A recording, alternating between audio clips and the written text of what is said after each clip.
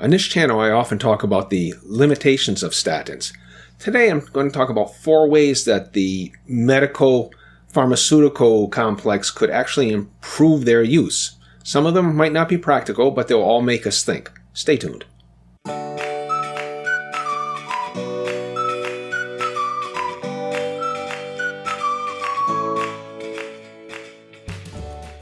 The first option I want to discuss is improving the statins themselves. Let's consider the case of 100 people with a 22% risk of cardiovascular events over 10 years, and that's very high, and a 36% relative risk reduction. Now, that's actually very high for people with this much risk from all the studies I've seen, but I'm going to use it just for illustration examples because it was what the famous Lipitor ad used. Now, in this diagram here, all the yellow dots are of these 100 people who aren't going to have a cardiovascular event with or without treatment. There's 78 of them. That's what it means to have a 22% risk of a cardiovascular event over 10 years. 78 of them won't have a cardiovascular event. The ones in red are the people who had a cardiovascular event, even though they were treated with statins. And the ones in green are those who didn't have a cardiovascular event because they were taking statins. And again, this is what it means to have a 36% relative risk reduction under these circumstances. Out of the 22 people who are at risk of having a cardiovascular event, 8 of them will manage to avoid that. By improving statins to eliminate the red results, which would increase the relative risk reduction to 100%, we'd turn them all green. And that would be great. This would be a very effective medicine. And the fact that there's 78 people taking it who technically don't need it might be a little bit of a less of a concern, especially if improvement in statins means eliminating the adverse effects that come with it. Problem with this is, of course, it's unrealistic. Statins are probably already at their maximum available benefit. The only new statins that have come out in the past couple of decades that I can think of are rosuvastatin or Crestor and pitavastatin, most recently in the form of zypitamag, which is pitavastatin bound with magnesium, hence the mag in zypitamag. Some people may be too far gone to avoid their regularly scheduled heart attacks, so that's another reason why we'll never reach a relative risk reduction of 100%. If you were scheduled to have a heart attack tomorrow morning, starting a statin tonight wouldn't help you. It wouldn't avoid the heart attack. So it's probably unrealistic to expect that we could ever get to a relative risk reduction of 100%. More to the point, I think it's unrealistic to expect it to increase at all. This example here is really not realistic for that high of a risk. It's probably going to be closer to a 20% relative risk reduction, and that seems to be the average overall risk levels. And yeah, there are subtleties to it and nuances to it, but in general, statins are going to statistically avoid 1 out of 5 cardiovascular events. The second option is to improve the selection of patients. So we're going to go back to that same diagram. We have 100 patients, 78 of them are not going to have a cardiovascular event. 22 of them are going to have a cardiovascular event, of which 8 of them can actually avoid that cardiovascular event through the use of statins, assuming the same relative risk reduction and all of that, which is purely for illustration purposes. Now, if we were to look at this 100 people and calculate their risks, this is before the 10 years has gone by, so nobody's had a heart attack yet. And calculator A told us their risk was 26%, and calculator B told us that it was 22%, and then the 10 years go by and we see what has happened to people. We would say, well, calculator B is more accurate. But is that really more useful? And this is a realistic example because the prevent calculator just came out. Even though it's more accurate, that's of limited usefulness. For example, the 2013 pooled cohort equation might tell me that I have an 8% 10-year risk of a heart attack. The prevent one tells me I have only a 4% risk of a heart attack. Does that really help me? Well, maybe in an argument with a doctor over whether my risk is high enough to meet the criteria for taking statins. But really, that's not what we want to know. What we really want is a calculator that can actually identify those 78 people who don't need to be on the drug and identify the 22 people who might benefit, at least to have a cardiovascular event in their future, and they will need some treatment.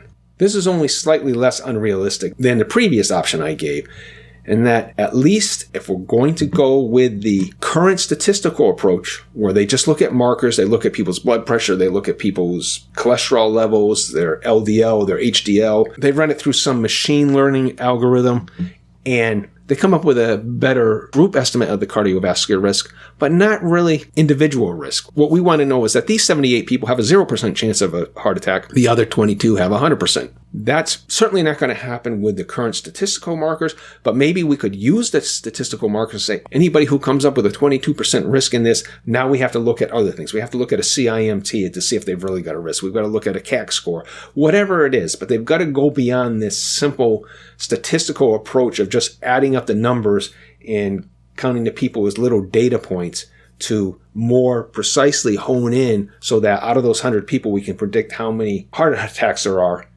That's not good enough. That's not doing it for us. The next option is a more realistic one, and that is to improve the marketing of statins. What they would do to do this is to lower the threshold. Currently, for most of the recommendations, at least in the United States, guidelines on cholesterol control, most of the recommendations say 7.5% 10-year risk, and a person is eligible for statins. There's nuances to it. Type 2 diabetes comes into play, age comes into play. But in general, we see that 7.5% value all over the place. In one place, we actually see a 5% value. If we were to lower the threshold from 7.5% to 5%, we would prevent some additional cardiovascular events with diminishing returns, simply because the risk is lower. So this is a win-win. And you notice I have the sarcasm alert up just in case anybody thinks I really believe this is a win-win situation. If we lowered the threshold from 7.5% to 5%, we might avoid 187,500 cardiovascular events on a 30% relative risk reduction. And that is actually a realistic relative risk reduction. And this is based on just some back-of-the-envelope calculations I went over with somebody. Probably by reducing from 7.5% to 5%, we might pick up 25 million new patients in the United States would become statin eligible. And in that situation, maybe 40% of them, about 10 million, would actually agree to go on the statin. And what I've assumed is, on average, between these groups, their average risk is 6.25%. It's probably not exactly 6.25%, maybe a little bit less, but just, again, back of the envelope. That little green area up there is what we would get for risk reduction, or really the people out of these 10 million who are going to avoid a heart attack, and that's at 187,500 people. In the context of 10 million people, this is what it looks like. The red is the people who still have a heart attack despite being treated, and the yellow is the people who just weren't going to have a heart attack, which is the overwhelming majority at risk levels this low. The sales go up. So that's the other part of the win-win. The first part is a win because the medical community can trumpet that they've saved 187,500 lives. And if we could just get everybody who's eligible to go on to statins to do it, we could save up to 500,000. 500,000 out of 25 million. Number needed to treat is 50 in that circumstance. But sales would also go up. And with 10 million new lifetime prescriptions, the pharmaceutical industry would appear to have a winner here. So I'm going to turn off the sarcasm alert. Let's take a real serious look at this. How much is it that the pharmaceutical industry would really benefit from this? Well, they'd get about $1 billion in new revenue. And in that circumstance, the big pharma actually only sees about 37% of the revenues from this, because there's a lot of middlemen involved, all the way down to the pharmacists themselves. The pharmacy itself has to have a little bit of a markup here, so part of that $1 billion goes to the pharmacies, and there's a lot of other middlemen in there that I don't have time to go into. So the estimate was about 37% of these revenues will go to the big pharma companies. Big pharma profits are actually very high. For most industries, they're incredibly high. You wonder what's going on there. About 25% of revenue. So that means that they will actually see a profit of $92.5 million. There's a lot of players in the big pharma market. All of us could probably name 5 of them right off the top of our heads. The thing is, this is a $1.5 trillion industry. And this $92.5 million spread across all the different big pharma companies is 1/4,000th of the profits, less than 1/40th of 1% of the profits. New statin prescription would really not make much of a difference to the pharmaceutical companies.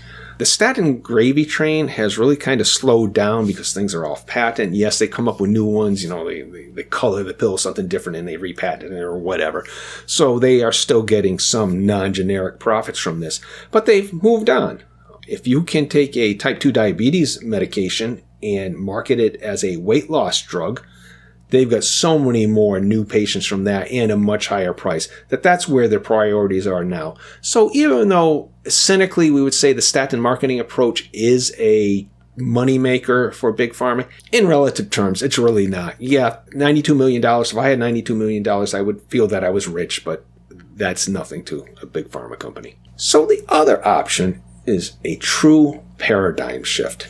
And in that paradigm, there may be temporary use of statins to mitigate accrued risk. For example, to stabilize soft plaque. Well-respected doctors sometimes use this as when they prescribe low-dose statins. But I think they should bring it a step further, and that is establish an ending criteria.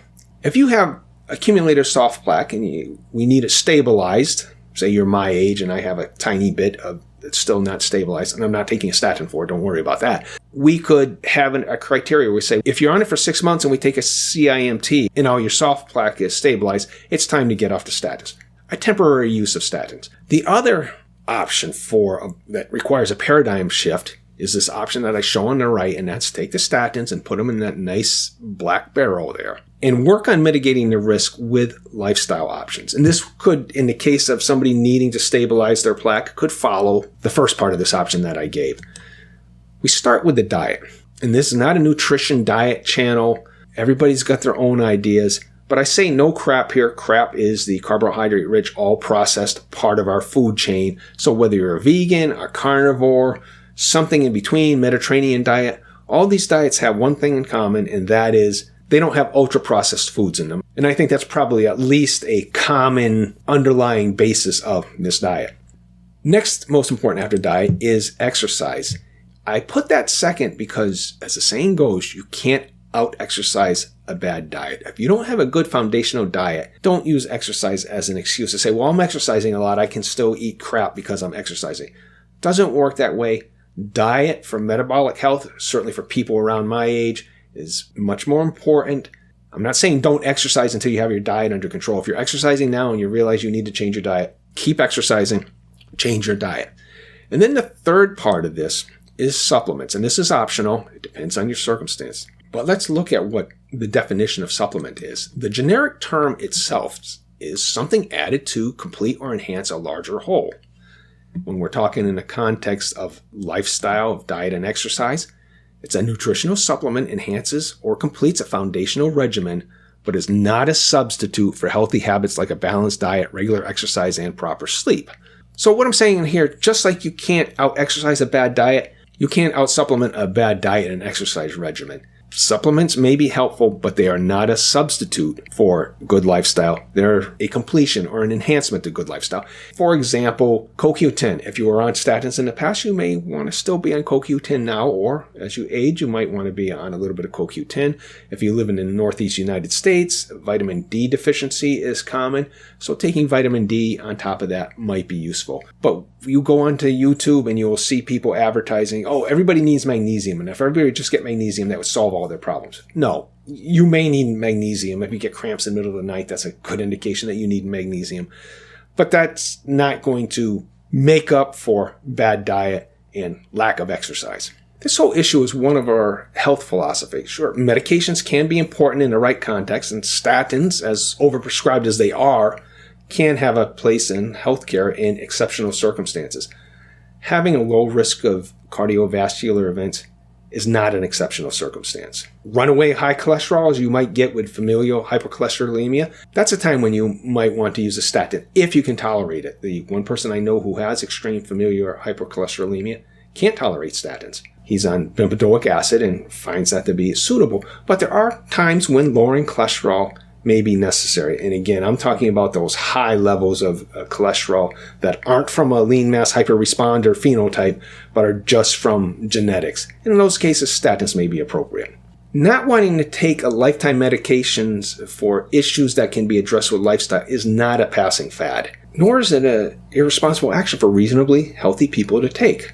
Polypharmacy is now recognized as one of the biggest threats to the health of the elderly, and it starts in middle age typically and quite often includes statins. The power to prevent heart disease is in our hands, not just in a pill bottle.